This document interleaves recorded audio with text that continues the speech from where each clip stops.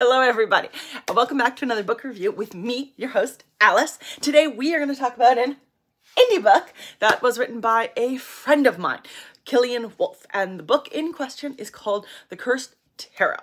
Now, this is a Alice in Wonderland-esque retelling, and I say that because the world is not Wonderland, the world is Tarotland. And as somebody who actually hates Alice in Wonderland, this book was just fabulous to me.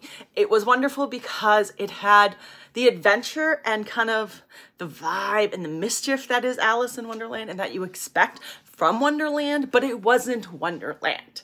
So Tarotland is a magical world where our main character Soren ends up going to, and it does have to deal with like tarot cards, which is, I'm not going to say any more than that, and so that gives you kind of an idea, but Soren is an orphan, or not so much exactly an orphan, but is in the foster system and is working at a carnival and ends up getting sucked into this world. And so trying to find their way back home to get back to their foster sister, who is literally their only family in that, and meets these pirates. And I mean, we've got a pirate in a wheelchair in here, which I think is phenomenal because, oh my God, I love representation.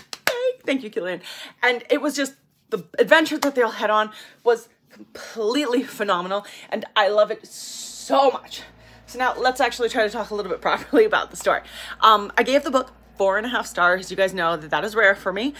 I loved it so much in my Kindle and my indie reviews and that it gets bumped up to a 5-star for Goodreads and Amazon and that.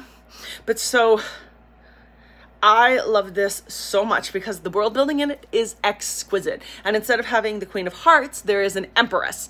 And I love when someone flips something around like that and makes a difference. So in the world of Tarotland, which is IPA, there are humans, there are the magical beings in their world, and there are magic animals. So you get magical spiders like this little guy here who is just too cute.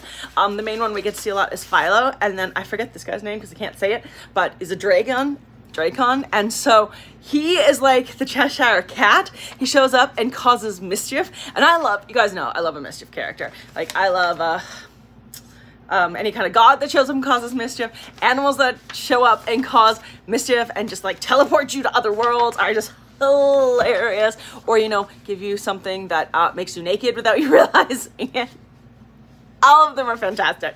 So I love this. There's a lot of found family in it, which I always think is fantastic. Found family is my favorite. We've got morally great characters in it.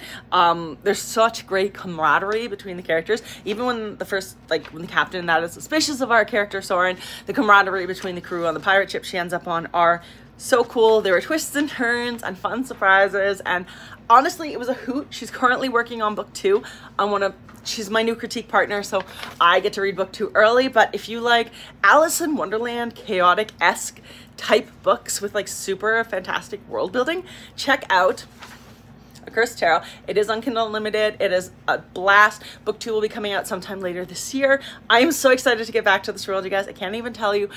For anyone asking, it is YA. It is very YA. It is safe. My book is more adult than this book is right now, so you're good. Your teens, your tweens can read it, it's fine. But it was a blast. It's an urban-esque fantasy, so you do get a little bit more slang and modern language in it, but it's so much fun. I loved it. Check it out. And yeah, thanks for stopping by and happy reading. Go read more indie books.